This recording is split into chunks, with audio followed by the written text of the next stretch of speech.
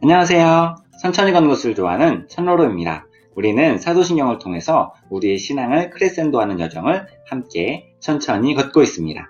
지난 시간에 우리는 성령으로 잉태하사 동정녀 마리아에게 나신 예수님에 대해서 생각해 보았습니다. 예수님은 참신, 즉 하나님이시면서 동시에 참인간, 사람입니다. 성령으로 잉태하셨다는 것은요, 예수님이 인간과 같지 않은 신, 즉 하나님이심을 의미합니다. 동정녀 마리아에게 나셨다는 것은 예수님이 하나님이시지만 인간과 같다는 것을 의미합니다. 그렇다면 왜 예수님은 참 하나님이시면서 참 인간으로 이 땅에 오셨을까요? 그 이유는 예수님께서 우리의 죄의 문제를 해결해 주시기 위해서 제물이 되셔야 하는데, 그 제물은 완전하고 순결한 흠이 없는 제물이어야 하기 때문에 하나님께서 직접 이 땅에 인간으로 오신 거예요. 우리는 이 예수님의 탄생만 보더라도 하나님의 무한하신 사랑을 깨닫게 됩니다. 마치 사람이 작은 벌레 하나 살려보겠다고 직접 벌레가 되어 벌레를 위해 죽는, 이해할 수도 측량할 수도 없는 그 사랑이요, 바로 예수님의 탄생에 담겨 있는 것입니다. 하나님이 우주 가운데 점도 안 되는 인간을 살려보겠다고 직접 인간이 되셔서 인간을 위해 죽임을 당하신 거예요. 하늘보다 높으신 주 사랑, 바다보다 넓으신 주 사랑, 나를 향한 크고 높으신 사랑, 이 귀한 사랑을 기억하시기를 바랍니다. 오늘은 본디오 빌라도에게 고난을 받으신 예수님에 대해서 천천히 생각해 보려고 합니다. 이 사람은 로마 제국 2대 황제 티베리우스 시대의 군인으로 AD 26년부터 36년까지 유대 나라의 속주, 행정장관이었습니다. 로마의 역사가 타키루스가 연대기에서 네로의 기독교 박해를 설명하면서 티베리우스 황제 시절 예수라는 사람이 폰티우스 필라투스에게 처형을 당했다, 이렇게 기록을 하고 있습니다. 또한 1961년에요, 이스라엘 카이사레아에 있는 로마 시대에 지어진 야외 극장에서 발견된 라틴어 석판이 있는데, 그 석판에 폰티우 필라투스가 유대의 총독이었다는 기록이 나오면서 실존 인물임이 증명되었습니다. 이는 예수님의 고난이 신비적이고 신화적인 것이 아니라 구체적이고 사실적이라는 것을 대변합니다. 그렇기 때문에 본디오 빌라도라는 이름이 사도신경에 들어간 것은 예수님의 고난과 죽음에 대한 역사성을 강조하는 것이라고 할 수 있습니다. 이제 고난에 대해서 생각을 해보도록 하겠습니다. 예수님의 고난은 우리의 고난과 다르게 순종으로 인한 고난이었습니다. 하나님의 뜻을 따라서 고난을 받으신 거예요. 인간의 고난은요, 하나님의 뜻을 따르지 않아서 생긴 겁니다. 사람은 하나님 말씀에 대한 불순종의 결과로 고난이 가득한 인생을 살게 된 거예요. 그러나 예수님은 하나님의 뜻을 따르는 것이 고난의 길이었습니다. 그래서 예수님도 고난을 받고 싶지 않았습니다. 이렇게 힘들고 아프고 외롭고 이런 고난을 받는 것이 힘들었습니다. 마가복음 14장에는 예수님의 기도가 나오는데요, 이런 고백을 하고 계십니다. 이 잔을 내게서 옮겨주시옵소서.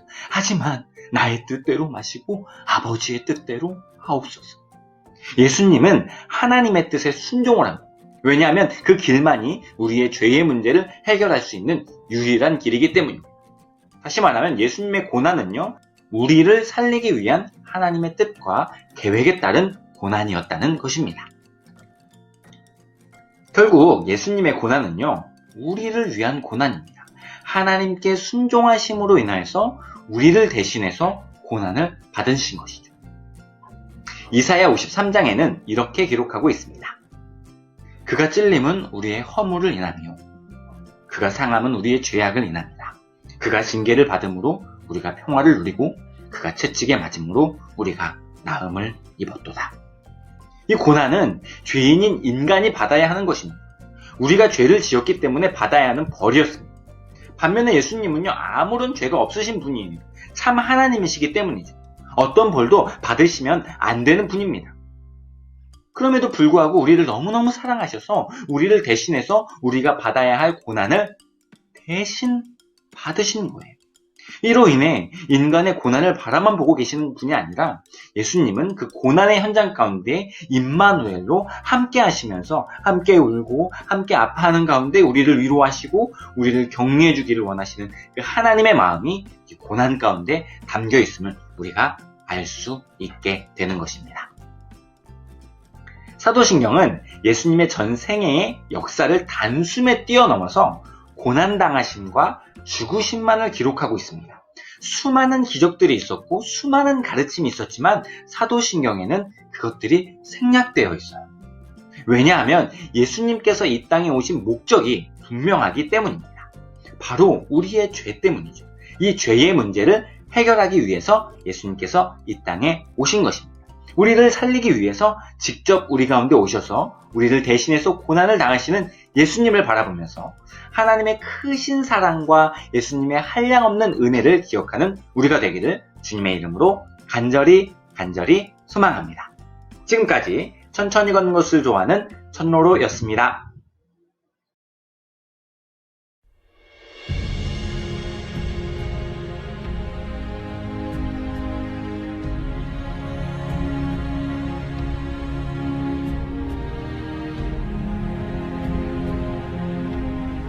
아버지여, 만일 아버지의 뜻이면 내게서 이 잔을 거두어 주십시오. 그러나 제 뜻대로 하지 마시고 아버지의 뜻대로 하십시오.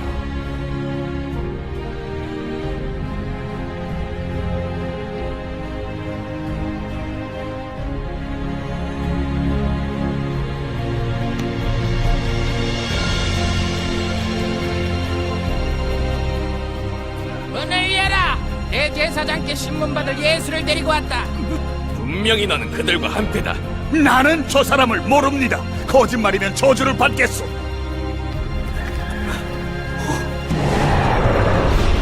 내가 네게 말하노니 오늘 닭울기 전에 네가 3번 나를 모른다고 부인하니라.